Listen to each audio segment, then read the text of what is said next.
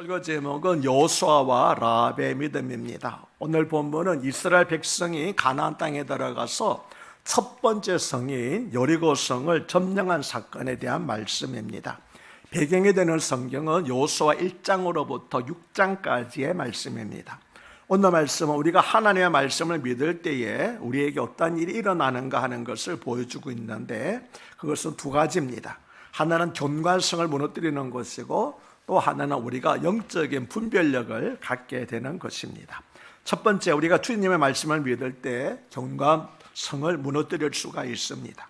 30절은 믿음으로 7일 동안 여리고를 도니 성이 무너졌음이라고 말씀을 합니다. 이스라엘 백성들은 가나안 땅에 들어가자마자 여리고 성이라고 하는 큰 성을 만났습니다. 여리고 성은 당시 가나안에 있던 여러 성들 가운데서도 가장 견고한 성이었습니다. 반면에 이스라엘 백성들은 별로 싸움한 적도 없는 어쩌면 오합지졸의 병사들이었습니다. 그들은 제대로 된 군사교육을 받은 사람들이 아니었으며 전쟁의 경험도 많지 않은 사람들이었습니다. 그런데 하나님께서는 여호수아를 통해서 언약궤를 앞세우고 7일 동안 여리고성을 돌라라고 하는 굉장히 단순한 간단한 명령을 내리셨습니다. 그러면 여리고성이 무너지게 된다는 것입니다. 우리 여호수아 6장 2절로부터 5절을 함께 읽겠습니다. 여호와께서 여호수아에게 이르시되 보라, 내가 여리고와 그 왕과 용사들을 내 손에 넘겨주었으니 너희 모든 군사는 그 성을 둘러 성 주위를 매일 한 번씩 돌되 6해 동안을 그리하라.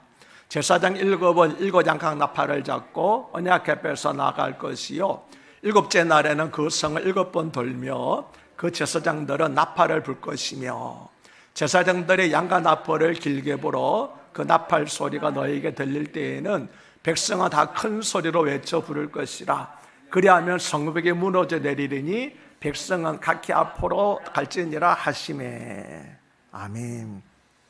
사실 이것은 상식적으로는 받아들이기 어려운 명령이 아니었습니까? 그런데 이스라엘 백성들은 그 말씀을 믿었습니다. 그리고 오늘 보면 40절은 저희가 그 말씀을 믿음으로 7일 동안 여리고성을 도니까 성이 무너졌다라고 그렇게 말씀을 합니다. 하나님의 말씀을 듣고 믿었더니 승리의 역사가 일어났다는 것입니다. 어떤 사람들은 이스라엘 백성들의 7일 되는 날에 마지막 7바퀴를 돈 후에 일제히 내지른 고함 소리 때문에 저 강력한 음파의 진동에 의해서 성벽에 금이 가서 성이 무너져 내렸다라고 과학적으로 그리고 합리적으로 설명하려는 사람들이 있습니다. 그러나 성경은 믿음의 결과로 성이 무너졌다고 분명하게 말씀합니다. 모세의 믿음에 부응하여 홍해를 가르친 하나님께서 이번에는 이스라엘 백성들의 믿음에 부응하여 여리고성을 무너뜨리셨다는 것입니다. 아무도 전 세계 전쟁사를 살펴보더라도 이러한 전력은 찾아볼 수 없을 것입니다. 무기를 만든다든지 하려는데 성을 돌기만 하면 된다는 것은 어떤 전쟁에도 없었을 것입니다. 이스라엘 군대가 한 일이라고는 하루에 한 차례씩 성주위를 돈 곳밖에 없습니다. 그리고 마지막 7일째에는 7번을 돌고 나팔소리와 함께 크게 외친 것입니다. 그것이 전부였습니다. 사람의 한 일이라고는 이처럼 걷고 소리친 것밖에 없었습니다. 그런데 견고한 난공불락의 성벽이 무너져 내린 것입니다. 이처럼 여리고성 정복 사건에서 사람의 한 것이라고는 믿음에 순종한 것뿐이었습니다. 이러한 믿음의 순종은 사실은 여리고성 점령뿐만 아니라 가나안 정복 정제 전체를 관통하는 핵심적인 개념이라고 할 수가 있겠습니다. 이스라엘 백성 믿음으로 순종하여 담대히 나아가면 언제나 승리가 주어졌지만 자만심으로 인해서 하나님의 지시 없이 싸우러 나가면 영락없이 패했기 때문입니다. 대표적인 것이 여리고성 다음에 있었던 아이성의 싸움이었잖아요. 여리고성은 견고한 성이었죠. 반면 아이성 뜻이 뭡니까? 작다라는 뜻이잖아요. 작은 성이었기 때문에 쉽게 보고 나갔지만 오히려 이스라엘 백성들이 죽고 말았습니다. 왜 그랬을까요? 그 이유는 이미 여호수아 5장에서 여호와의 군대 장관이 여호수아에게 말한 것처럼 이 전쟁은 여호와께 속했기 때문에 오직 여호와의 지시에만 따라야만 하는 전쟁이었기 때문입니다. 그런데 3500년 전에 있었던 가나안 정복 전쟁만 그런 것이 아닙니다. 사도 바울은 에베소서 6장 12절과 13절에서 우리의 씨름은, 달리 말하면 우리의 전쟁은 혈과 육을 상대하는 것이 아니요 통치자들과 군세들과 이 어둠의 세상 주관자들과 하늘에 있는 악의 영들을 상대함이라. 다시 말하면 우리 전쟁 역시 영적 전쟁이라고 하는 것이지요. 그러므로 하나님의 전신갑주를 취하라 합니다. 세상의 전쟁이라고 하면은 세상 무기를 취해야 되겠지만 이거는 영적 전쟁이기 때문에 하나님의 전신갑주를 취해야 된다는 겁니다. 이는 악한 날에 너희가 능히 대적하고 모든 일을 행한 후에 서기 위험이라고 말씀을 하였습니다. 그만 말씀드린 것처럼 우리의 싸움이 인간을 상대하는 것이라면 인간적인 무기가 필요합니다. 그러나 우리의 싸움은 인간을 상대로 하는 것이 아니라 그 배후에 있는 어둠의 세력들을 상대로 하는 영적인 전쟁입니다. 그러므로 이 전쟁에서 인간적인 무기는 아무 소용이 없고 오직 하나님의 전신갑주만이 필요한 것입니다. 그러면 하나님의 전신갑주가 무엇입니까? 우리 에베소서 6장 14절부터 18절을 표준 세번역 성경으로 한번 읽어보겠습니다. 함께 읽습니다. 그러므로 여러분은 진리로 허리를 동이고 정의의 가슴막이를 하고 버티어 서십시오. 발에다가는 평의 복음을 전할 채비를 하십시오. 무엇보다도 믿음의 방패를 손에 드십시오. 여러분은 그것으로 악한 자가 쏘는 모든 불화살을 막아 끌 수 있을 것입니다. 그리고 구원의 투구와 성령의 칼, 곧 하나님의 말씀을 가지십시오. 온갖 기도와 간구로 늘 성령 안에서 기도하십시오. 또 이것들을 위하여 늘 깨어서 끝까지 참으며 모든 성들을 위하여 간구하십시오. 이것이 바로 하나님 전신갑주인데 간단히 요약하면 뭡니까? 말씀과 기도입니다. 하나님의 전신갑주는 다른 게 아니라 말씀과 기도로 나아갈 때 우리가 모든 영적 전쟁에서 승리할 수가 있다고 하는 것입니다. 히브리서 11장 30절은 여리고성이 무너지게 된 경위를 단 한마디로 아주 단순하게 설명합니다. 이스라엘 백성들이 하나님의 명령을 따라 그대로 했더니 성이 저절로 무너져 내렸다는 겁니다. 그것이 전부입니다. 다른 것은 없었습니다. 이스라엘 백성은 따로 성문을 무너뜨릴 무기를 만들거나 성벽을 오르는 훈련을 하지 않았습니다. 그저 하나님의 말씀을 믿고 순종하여 7일 동안 성을 돌았을 뿐입니다. 이처럼 큰 성을 무너뜨리는 방법이 사람들의 머리로는 말도 안 되는 방법이었습니다. 그러나 여호수아가 이끄는 이스라엘 백성들은 하나님의 말씀대로 순종하면 성이 무너질 것을 믿고 그대로 순종했더니 견고한 여리성이 무너진 것입니다. 이처럼 인간의 방법으로는 도저히 이루어질 수 없는 일이었지만 하나님의 약속과 그 약속을 믿고 순종한 이스라엘 백성들의 믿음을 히브리서의 저자는 우리가 본받아야 될 조믿음이라고 본보기로 소개한 것입니다. 우리가 하나님의 말씀을 이스라엘 백성들처럼 여호수아처럼 이렇게 단순하게 믿을 수 있다면 우리에게도 동일한 역사가 일어날 것입니다. 깊은 홍해가 갈라지고 흘러내려도 요단강이 그치고 견고한 여리고성이 무너질 것입니다. 그러나 이 단순한 믿음이라고 하는 것이 그렇게 말처럼 쉬운 것은 아닙니다. 이렇게 단순하게 믿기까지에는 여러 가지 유혹과 어려움이 우리에게 일어나서 우리의 단순한 믿음을 방해하고 있기 때문입니다. 첫째는 되돌아가고 싶은 유혹이 우리의 단순한 믿음을 방해합니다. 여리고성은 가나안에서 가장 견고한 성이라고 말씀드렸습니다. 신명기 1장 28절에 보면은 광야에서 가데스 바네아에서 12명의 정탐꾼들을 가나안으로 먼저 보냈는데 그들이 돌아와서 뭐라고 보관하냐면 가나안의 성읍들은 크고 성곽이 하늘에 닿았습니다. 물론 조금 가장난 표현이지만 실제로 그들의 성읍은 견고하고 높았습니다. 고고 학자들의 연구에 하게 되면 특별히 여리고성은 5m의 옹벽 위에 다시 폭이 2m, 높이가 7m 정도의 진흙벽돌로 된 성벽이었다고 합니다. 그래서 성 바깥에서 보면은 성벽의 높이가 약 12m 정도. 요즘 아파트 높이로 보면은 4층에서 5층 정도의 높이, 상당히 높은 무기로 이렇게 성이 서 있었습니다.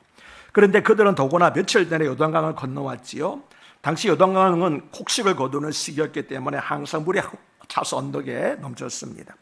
이스라엘 백성이 요단강을 건널 때는 상류에서 지진이 일어나서 잠시 물이 그쳤지만 이스라엘 백성들이 다 건너가고 난 다음에는 다시 물이 흘러내려서 여전처럼 다시 이렇게 언덕에 물이 흘러 넘치는 그런 상황이기 때문에 이스라엘 백성들은 앞으로 나갈 수도 없고 뒤로도 물러갈 수도 없는 그야말로 진퇴양난의 처지에 빠져 있었던 것입니다. 이쯤 되면 사람들은 대부분 한 번쯤 뒤를 돌아봅니다. 그러면서 생각하게 됩니다. 어쩌면 우리가 잘못 온 거 아닐까? 과연 이 길이 맞는 것일까라고 생각을 하게 되는 것이죠. 하지만 말씀에 대한 단순하고도 순전한 믿음은 뒤를 돌아보지 않습니다. 이스라엘 백성들은 뒤를 돌아보지 않았습니다. 아니, 뒤를 돌아볼 수도 없었습니다. 그죠? 그들 왜냐하면 뒤로 가봐야 물이 있으니까 그저 앞으로 갈 수밖에 없었습니다. 이것이 바로 믿음입니다. 오직 주님만을 믿고 그분의 말씀에 순종함으로 앞으로 나아가는 것. 이것이 바로 히브리서가 우리에게 말씀하고 있는 믿음입니다. 물론 그렇지 않을 때도 있었지요. 이스라엘 백성들이 처음 애굽에서 나와서 홍해 앞에 이르렀을 때 애굽의 군대가 뒤쫓아왔습니다. 이때 이스라엘 백성들은 모세를 원망하면서 우리가 애굽으로 돌아가서 그들을 섬길 것이라, 애굽 사람을 섬기는 것이 광야에서 죽는 것보다 낫겠노라고 하였습니다.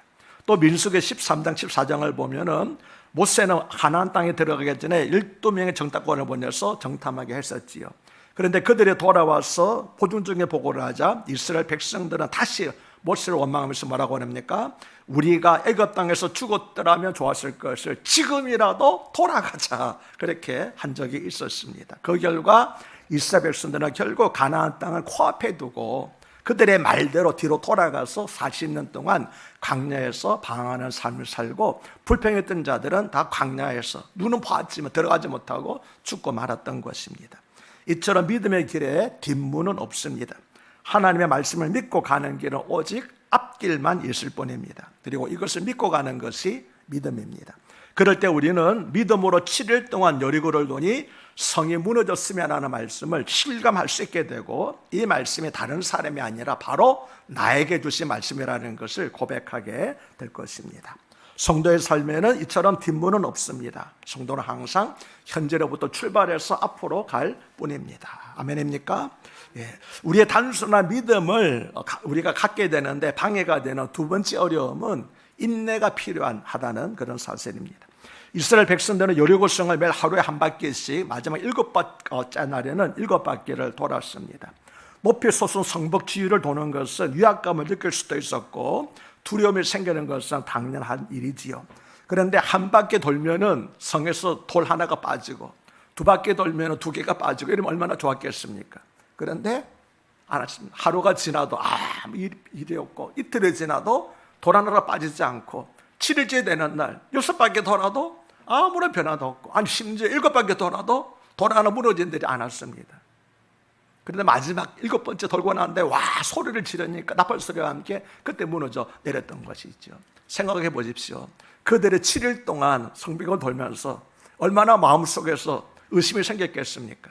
그러나 그것을 꾹 참고 무너질 날이 반드시 있을 것을 믿으면서 걸어가는 것, 이것이 바로 인내라고 하는 것입니다. 여리고성은 마지막 7번째 올 때까지 그대로 있었습니다. 그래서 이스라엘 백성은 마지막 7번째 바퀴를 올 때까지 단지 하나님께서 말씀하신 명령만을 의지하고 돌아야 했습니다. 이것은 물론 결코 쉬운 일이 아니었습니다. 그러므로 하나님을 믿는 데는 인내가 필요하다는 것이지요. 단순한 믿음은 그냥 믿고 끝나는 것이 아닙니다. 거기에는 성도의 인내가 반드시 필요합니다. 끝까지 그 말씀만을 언제까지요? 이루어질 때까지 믿고 가는 것입니다. 만약 이것이 무너지지 않으면 어떻게 할까 하는 생각은 하지 않습니다. 그동안은 기적도 일어나지 않았고 특이한 징조가 일어나지도 않았습니다. 아까 말씀드린 것처럼 돌 하나가 빠지는 일도 없었습니다. 그래도 그들은 침묵하면서 조용히 그 일을 끝까지 추진해야만 했습니다. 그런데 사랑 여러분, 우리에게도 이와 같은 일들이 종종 일어난다고 하는 것입니다. 오직 주님께서 약속하신 말씀 외에는 다른 어떤 것도 붙잡을 수 없는 그런 캄캄한 상황이, 절망적인 상황이 우리에게도 올 수가 있습니다. 주님의 말씀을 믿고 기도할 때 하루하루 조금씩 달라지면 얼마나 좋겠습니까? 그런데 아무리 기다려도 아무런 변화도 일어나지 않을 때 우리가 얼마나 힘들겠습니까? 마치 출구가 없는 터널을 가는 것 같은 그런 느낌이 들 때가 있습니다. 그런데 사실은 그 시간이 오히려 하나님의 더 크고 놀라운 역사가 우리가 알지 못하는 가운데서 조금씩 진행되고 있었다는 사실을 아시길 바랍니다. 겉으로 드러나는 건 없었지만 하나님께서는 여리고 성벽을 무너뜨리고 계셨던 것입니다. 그렇기 때문에 마지막 날에 그냥 쉽게 무너져 내렸던 것이죠. 우리 눈에는 보이지 않았지만 하나님께서는 7일 동안 여리고 성벽을 무너뜨리고 계신 줄로 믿으시기를 바랍니다. 마찬가지입니다. 우리 눈에는 아무런 변화가 없는 것 같지만, 마치 출구가 보이지 않는 캄캄한 터널 속에 잘 갇혀 있는 것 같지만, 그 시간에 우리 하나님께서는 일하고 계심을 믿으시기를 바랍니다. 그걸 믿고 기다리는 것이 뭐라고요? 인내라고 하는 건데, 많은 사람들이 인내를 갖지 못하기 때문에 우리가 단순한 믿음을 갖지 못하고 믿음으로 승리하는 일도 경험하지 못하게 되는 것입니다. 이 단순한 말씀, 믿음으로 7일 동안 여리고를 도니 성이 무너졌음이라는 말씀은 바로 이러한 믿음이었습니다. 되돌아가고 싶은 뒷문을 차단하고 인내로 오직 하나님의 말씀만을 기다리고 가는 믿음이었습니다. 이런 믿음이, 단순한 믿음이 우리에게도 필요합니다. 사랑 여러분도 뒤를 돌아보지 마십시오. 그리고 여리고성에 아무런 변화가 없더라도 7일 동안 오직 하나님의 말씀만을 붙들고 성주를 도시기를 바랍니다. 그러할 때 우리에게도 참된 믿음의 승리가 있기를 축복합니다. 크게 두 번째, 우리가 주님의 말씀을 믿을 때 우리는 영적인 분별력을 얻게 됩니다. 라합의 경우입니다. 31절은 믿음으로 기생 라합은 정탐꾼을 평안히 영접하였으므로 순종하지 아니한 자와 함께 멸망하지 아니하였더라고 말씀을 합니다. 라합에 대한 이야기는 여호수아 2장에 잘 기록되어 있는데, 여호수아 2장 1절로부터 6절을 함께 읽겠습니다. 눈의 아들 여호수아가 시딤에서 두 사람을 정탐꾼으로 보내매 이르되 가서 그 땅과 여리고를 엿보라 하며 그들이 가서 라합이라는 기생의 집에 들어가 거기서 유숙하더니 어떤 사람이 여리고 왕에게 말하여 이르되 보소서 이 밤에 이스라엘 자손 중에 몇 사람이 이 땅을 정탐하러 이리로 들어왔나이다. 여리고 왕이 아합에게 사람을 보내 이르되 네게로 와서 내 집에 들어간 그 사람들을 끌어내라. 그들은 이 온 땅을 정탐하러 왔느니라. 그 여인이 그 두 사람이 이미 숨김지라 이르되 과연 그 사람들이 내게 왔었으나 그들이 어디서 왔는지 난 알지 못하였고 그 사람들이 어두워 성문을 닫을 때쯤 튀어나갔으니 어디로 갔는지 내가 알지 못하나 급히 따라가라. 그리하면 그들을 따라잡으리라 하였으나 그가 이미 그들을 이끌고 지붕에 올라가서 그 지붕에 버려놓은 삼대에 숨겼더라. 아멘. 라합은 여리고성에 살고 있었던 고주민이었으며 기생이라고 하는 천한 신분이었습니다. 요즘으로 말하면 매춘부였습니다. 여호수아는 여리고성을 점령하기 앞서서 두 정탐꾼을 여리고성에 들여보내고 내부 사정을 알고자 하였습니다. 두 정탐꾼은 아무 집에나 들어갈 수 없었기 때문에 매춘부인 라합의 집으로 들어갔습니다. 왜냐하면 라합의 집에는 수시로 여행자들이 드나들었기 때문입니다. 그러나 여리고성에도 성을 지키는 자들이 있어서 수상한 사람들이 라합의 집에 들어간 것을 보고 여리고 왕에게 알렸습니다. 그래서 여리고의 왕이 두 정탐꾼을 잡으러 군사들을 라합의 집에 보냈지만 라합은 거짓말로 동족을 속이고 하나님의 백성을 받아 숨겨주었습니다. 그러나 히브리서 저자는 이러한 라합의 행위를 믿음의 행위로 해석하고 있습니다. 거짓말쟁이가 아니라 믿음의 행위로 받아들이고 있는 것이죠. 그 이유가 무엇일까요? 기생 라합이 가지고 있는 믿음은 과연 어떤 비밀을 간직하고 있는 것이기에 성경에서 좋은 믿음으로 소개하고 있을까요? 다음 구절에서 우리는 라합의 믿음을 조금 파악할 수 있겠습니다. 여호수아 2장 8절로부터 11절을 함께 읽겠습니다. 또 그들이 눕기 전에 라합의 지붕에 올라가서 그들에게 이르러 말하되 여호와께서 이 땅을 너에게 주신 줄을 내가 아노라. 우리가 너희를 심히 두려워하고 이 땅 주민들이 다 너희 앞에서 간담이 녹나니 이는 너희가 애굽에서 나올 때에 여호와께서 너희 앞에서 홍해물을 마르게 하신 일과 너희가 요단 저쪽에 있는 아모리 사람의 두 왕 시온과 옥에게 행한 일 곧 그들을 전멸시킬 일을 우리가 들었음이니라. 우리가 듣자 곧 마음이 녹았고 너희로 말미암아 사람이 정신을 잃었나니 너희 하나님 여호와는 위로는 하늘에서도 아래로는 땅에서도 하나님이시니라. 아멘. 라합은 매춘기였기 때문에 자기 집을 드나드는 많은 여행자들로부터 이스라엘의 광야 40년 동안 여호와 하나님께서 그들에게 행하신 일들에 대한 이야기를 잘 들었던 것 같습니다. 그 이야기를 듣고 라합은 하늘과 땅에서 최고의 신, 유일한 신이 바로 여호와 하나님이라는 사실을 믿었습니다. 알았을 뿐만 아니라 믿었습니다. 여기서 주목할 내용은 라합이 이스라엘 백성들이 홍해를 건너간 사실을 눈으로 본 것이 아니라 귀로 들어서 알았다고 하는 것입니다. 그 사건을 듣고 라합은 그분이 참으로 하나님이심을 확신했습니다. 그래서 믿음은 들음에서라고 하는 말이 라합의 경우에 정말 실감이 나는 거죠. 많은 사람들이 눈으로 보여줘 그러는데 눈으로 이렇게 귀로 들어서 말씀 들어서 믿지 못하는 사람들은 아무리 눈으로 보여주더라도 믿지 않습니다. 예수님 경우 그렇잖아요. 예수님께서 많은 이적을 행하셨지만 계속 뭐라고 말합니까? 또 보여줘 끝없이 보여달라고 그러지 않습니까?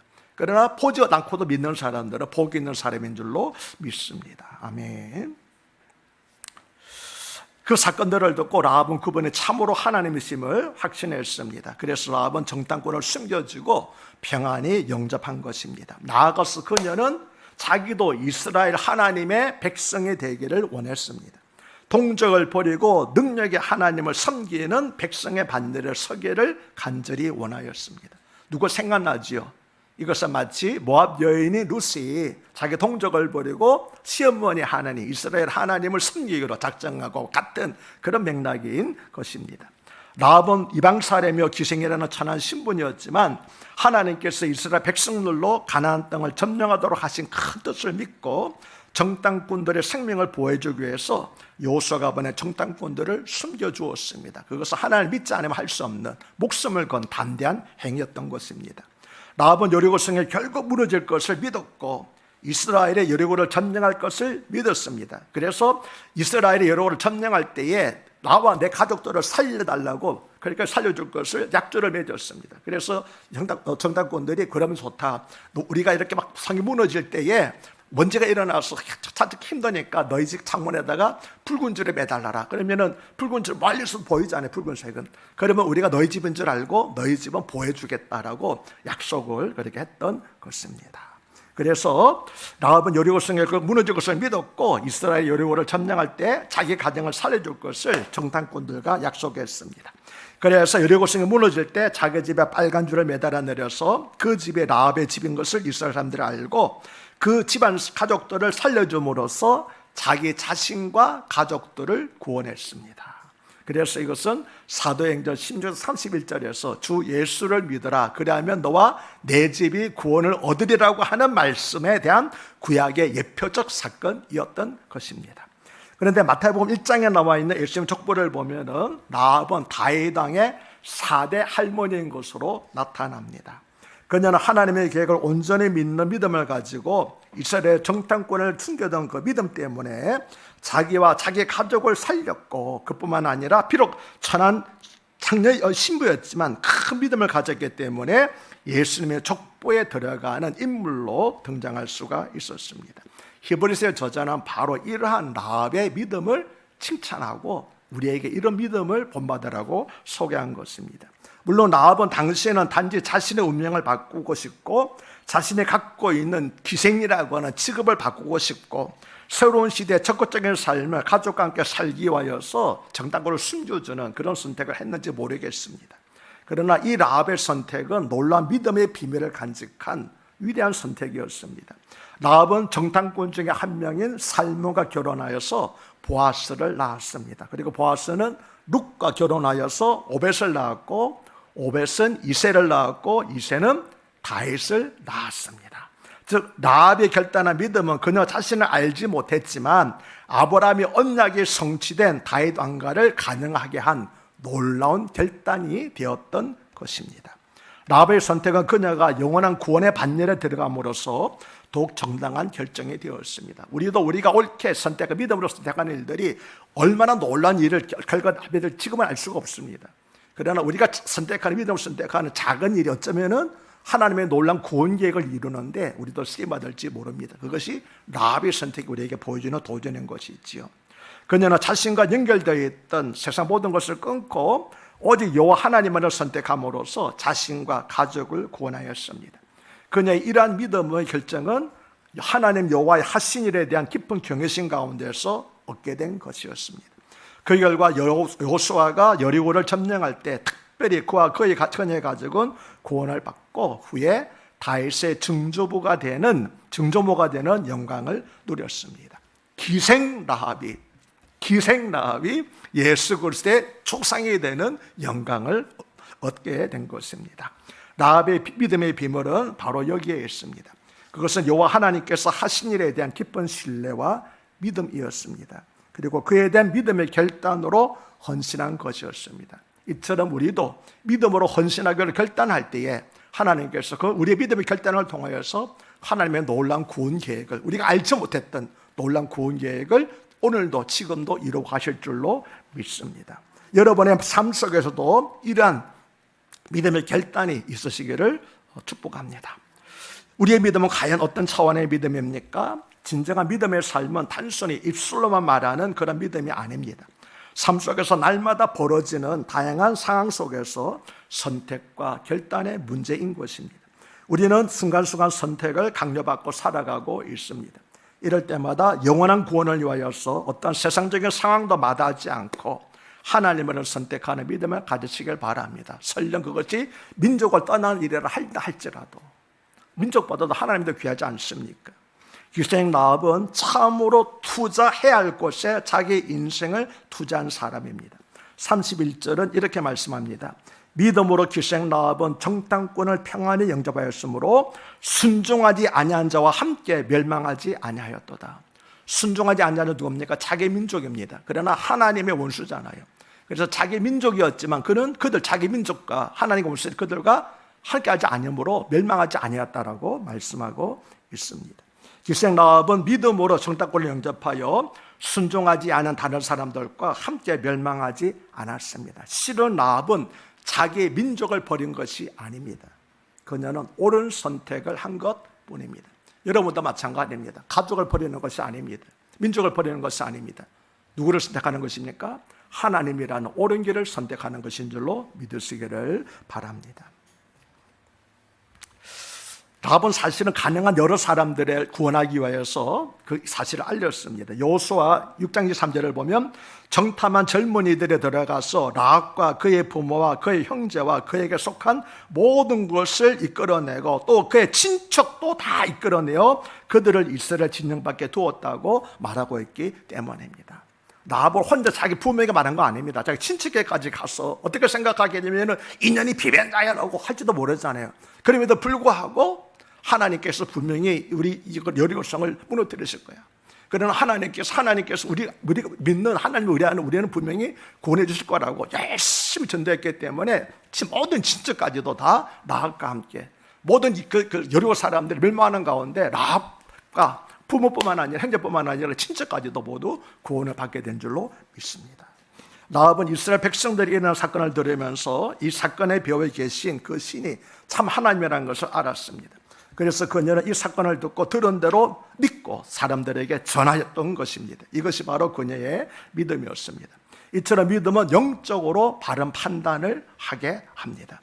믿음은 오늘 이 자리에서 우리가 어떻게 서야 할지, 무엇을 해야 할지를 알게 합니다. 그러므로 우리는 항상 믿음으로 반응할 필요가 있는 것입니다.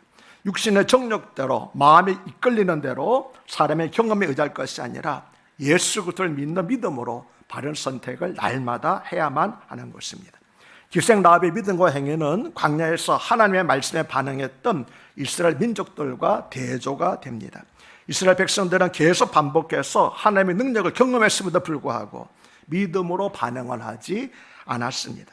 그대로 홍해를 건넜음에도 불구하고 가나안에 들어가기 위해서 12 정탐꾼을 보내서 보고를 들었을 때 불평과 원망을 하였고 결국 그들은 가나안 땅을 눈에 보고도 들어가지 못하고 광야에서 죽고 말았습니다. 하지만 멀리서 소문으로만 들었음에도 불구하고 라합은 그 하나님이 진짜 하나님이라는 것을 알았습니다. 그래서 자신과 그 가족을 친척까지도 구원할 수가 있었던 것입니다. 이런 차이가 어디서 나는 것일까요? 그것은 바로 하나님의 말씀에 대한 반응의 차이인 것입니다. 오늘날 우리는 미래가 불투명한 시대에 살아가고 있습니다. 그러므로 우리가 영적으로 바른 판단을 할 수 있다는 것이 참으로 중요합니다. 어떤 일이 일어날는지 우리가 알지 못하지 않습니까? 그러나 하나님은 모든 것을 알고 있기 때문에, 계시기 때문에 하나님을 선택한다는 것이 얼마나 중요한 것인가. 요즘 세상 어제가 진리였던 것이 오늘은 비진리로 일어나는 일들이 얼마나 많이 있습니까? 그러나 영원한 하나님께서 영원한 진리이시기 때문에 우리를 항상 생명의 길로, 영원한 진리의 길로 인도하여 주시는 줄로 믿습니다. 그렇기 때문에 나 자신도 믿지 마시고 세상도 믿지 마시고 오직 진리돼서 하나님의 말씀만 믿고 따라갈 때에 바로 라합이 그 가족, 자기 자신과 가족과 친척까지 구원이 있었던 것처럼 우리도 이 악한 세상에서 흔들리지 않고 구원 얻고 축복을 얻는 놀라운 삶을 얻게 될 줄로 믿습니다. 생과 사를 가르는 상황에서 이런 믿음과 이런 믿음을 위해서 갖는 분별력이 얼마나 중요한지는 더 설명할 필요가 없을 것입니다. 사랑 여러분에게 바로 이와 같은 분별력이 있으시기를 주 이름으로 축복합니다. 이제 말씀을 맺겠습니다. 믿음은 경관성을 무너뜨리는 강력한 힘을 가지고 있습니다. 이스라엘 백성들은 이 믿음으로 여리고성을 함락했습니다. 그들은 그냥 단순히 하나님을 믿고 순종하여 7일 동안 여리고를 돌았습니다. 그러자 성이 무너졌습니다. 또한 믿음은 영적인 분별력을 갖게 합니다. 기생 라합은 이방인으로서 하나님의 역사를 들었습니다. 그분의 참 시는 것을 알았습니다. 우리도 주님의 말씀을 들을 때 이와 같은 영적인 분별력을 갖게 됩니다. 그래서 사망의 길이 아니라 생명의 길, 멸망의 길이 아니라 구원의 길로 갈 수 있게 되는 것입니다. 이런 믿음의 유익을 얻고 세상에서 주님의 은혜로 승리하시는 여러분이 되시기를, 여러분 앞에 있는 견과 여리고성을 믿음으로 무너뜨릴 수 있는 여러분 되시기를 주 이름으로 축복합니다. 하나님 아버지, 오늘 말씀을 통하여서 우리는 여호수아와 라합의 믿음이라는 제목으로 말씀을 묵상하였습니다. 바라고 남는 것은 우리도 오직 믿음만 가지고 승리하는 저희들이 되게 해주시고, 세상 사람들 어리석은 자들이다, 미친 자리로 손가락을 달지라도 우리는 믿음으로 승리할 것을 믿으면서 인내로 순종하는 저희들 되게 하여 주시고, 기생 라합이 자기 민족들은 다 멸망할 때라도 어떻게 구원 얻었습니까? 영적인 바른 판단을 함으로 말미암아 구원 얻지 않았습니까? 우리도 장래가 불투명한, 미래가 불투명한 이 시대에 살고 있습니다. 그러나 하나님 인도하심을 받을 때 결코 멸망하지 않고 생명과 구원을 얻는 바른 길로 가게 될 줄로 믿습니다. 주여 바랍니다. 우리 사랑하는 자녀들 지금 잠시 세상에서 방황하고 있습니다. 안타까운 마음으로 기도합니다. 저들도 어리석음을 버리고 진리로 인도하시는 하나님께로 돌아와서 영생과 구원과 모든 축복을 누리며 살게 하여 주시옵소서. 우리 주 예수 그리스도의 이름으로 간곡히 기도드리옵나이다. 아멘.